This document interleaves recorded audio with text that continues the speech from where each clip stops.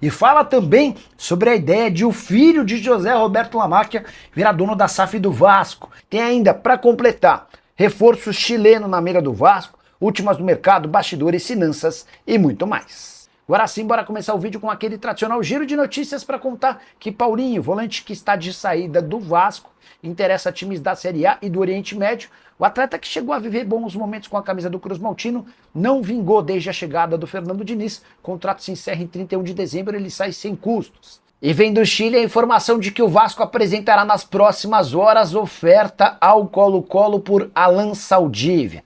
Zagueiro uruguaio de 23 anos de idade, só 1,80 m de altura, titular absoluto do Colo-Colo. Essa oferta deve girar na casa de $1.400.000.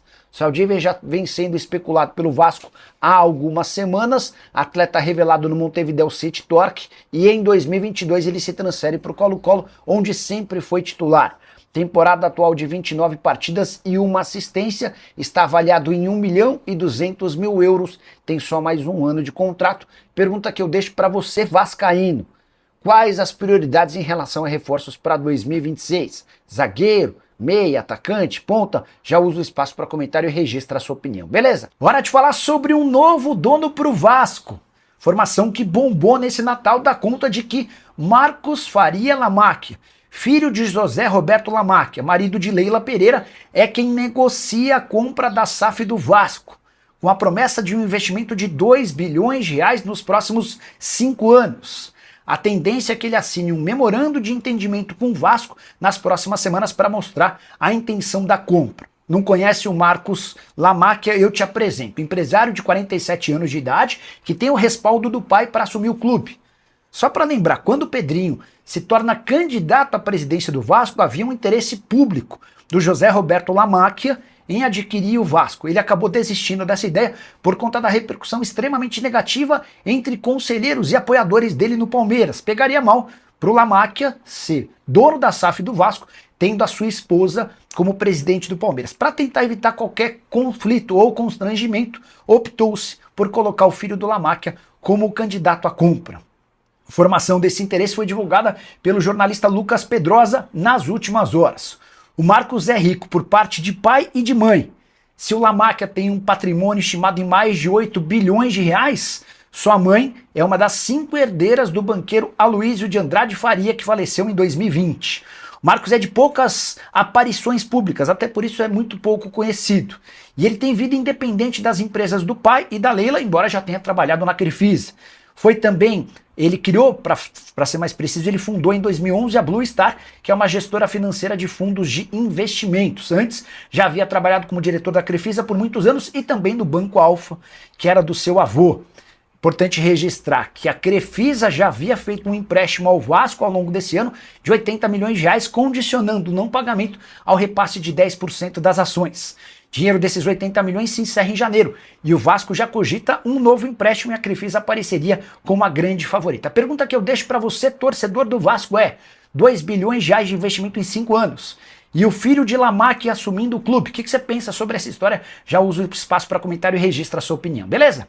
Para contar que o Vasco vai receber R$8.300.000 líquidos da receita da partida contra o Corinthians na final da Copa do Brasil, arrecadação total de R$13.200.000. Guarde esse número de R$8.300.000 que sobraram líquidos para o Vasco. Se a gente somar todos os 15 jogos do Vasco em São Januário no Campeonato Brasileiro, a arrecadação foi menor. Sobraram para o Vasco nesses 15 jogos R$7.600.000, uma diferença de R$700.000 a menos do que em apenas uma partida da final da Copa do Brasil. Hora de falar sobre o Vasco da Gama, que recusou mais uma proposta gigante do Zenit. O time russo quer contratar o Rayan e ofereceu €31 milhões fixos. A gente está falando de R$198 milhões, mais €4 milhões em bônus, ou seja, mais R$25.600.000. Presidente Pedrinho voltou a rejeitar a proposta. A anterior havia sido de €31 milhões sem os bônus. E mais, para o Vasco, o negócio só sai com o Zenit, pelo menos de acordo com a contraproposta, se o Zenit estiver disposto a gastar €50 milhões ou R$320 milhões. O Rayan se valorizou demais ao longo da temporada, cresceu muito de produção e deve ser vendido nos próximos meses, numa cifra recorde no futebol brasileiro. E Anderson Talisca, onde vai jogar o meio atacante que é craque? Ele decidiu voltar ao Brasil assim que seu contrato com o Fenerbahçe se encerrar. O vínculo acaba em 30 de junho, ou seja, a partir de 1º de janeiro, o Talisca já pode assinar um pré-contrato com quem bem quiser. Bahia e Corinthians surgem como favoritos. O Bahia por ter sido o clube que revelou Talisca, o Corinthians por ser o clube do coração do jogador. Talisca já admitiu em outros momentos, em entrevistas ao longo da carreira, que tem esse sonho de jogar no seu time do coração. O Flamengo não pode ser descartado. Há um movimento grande dentro do Fla para que o Talisca se junte ao rubro-negro, para tentar formar a melhor seleção da América do Sul nos últimos tempos. Jogador que na Turquia ganha na casa dos 5 milhões de reais por mês. O Talisca já sabe que vai precisar reduzir seus vencimentos para atuar no futebol brasileiro, embora tenhamos no Brasil gente ganhando 2, 3, 4, 5 e até 6 milhões de reais, como o Memphis Depay. Só para completar, registrar ainda que o Flamengo, que monitora bem de perto os passos do Talisca, chegou a fazer proposta pelo zagueiro Vitão do Internacional. Primeira proposta do Flamengo de 4 milhões e 700 mil reais, 4 milhões e 700 mil euros, com perdão de uma dívida que o Inter tem em relação ao Thiago Maia, além de mais 4 milhões de euros à vista, ou seja, proposta do Flamengo de 8 milhões e 700 mil euros. O Inter quer 10 milhões de euros, sendo 4 milhões de euros pelo perdão da dívida e mais 6 milhões de euros em dinheiro. Bora falar agora sobre o Vasco, que decidiu comprar um zagueiro emprestado. Eu me refiro a Carlos Cuesta, colombiano que pertence ao Galatasaray. A operação de compra será de 5 milhões e 750 mil euros, ou 36 milhões de reais. Esse valor já estava previsto no contrato de empréstimo. O Cuesta deixou excelente impressão nos primeiros meses de empréstimo. E a ideia do Vasco é começar a fazer o pagamento desses 36 milhões de reais em diversas parcelas. Robert Renan, outro jogador que chegou por empréstimo, também deve ser comprado numa negociação um pouco mais para frente. Se tem jogador que vai ficar depois de convencer no empréstimo, o mesmo não dá para dizer em relação ao Matheus França. Atleta revelado no Flamengo, vendido ao Crystal Palace e emprestado ao Vasco, ele não conseguiu progredir. E existe uma possibilidade real de o Vasco devolver o Matheus França ao clube inglês ainda no mês de janeiro.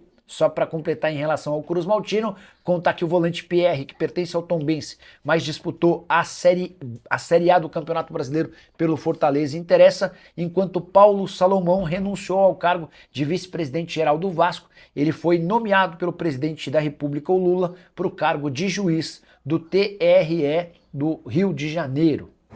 Família, ficamos aqui com o nosso giro de notícias do Vasco da Gama. Para você acompanhar tudo e não perder nenhum conteúdo, peço humildemente para deixar aquele like maroto, se inscreva no canal, ative o sino das notificações para você ficar sempre atualizado nas últimas informações do Vascão da Gama. Combinado? A gente encerra essa edição desse vídeo por aqui. Um grande abraço no seu coração, não segue por mais, até o próximo vídeo, vamos com tudo para cima e vamos que vamos. Valeu!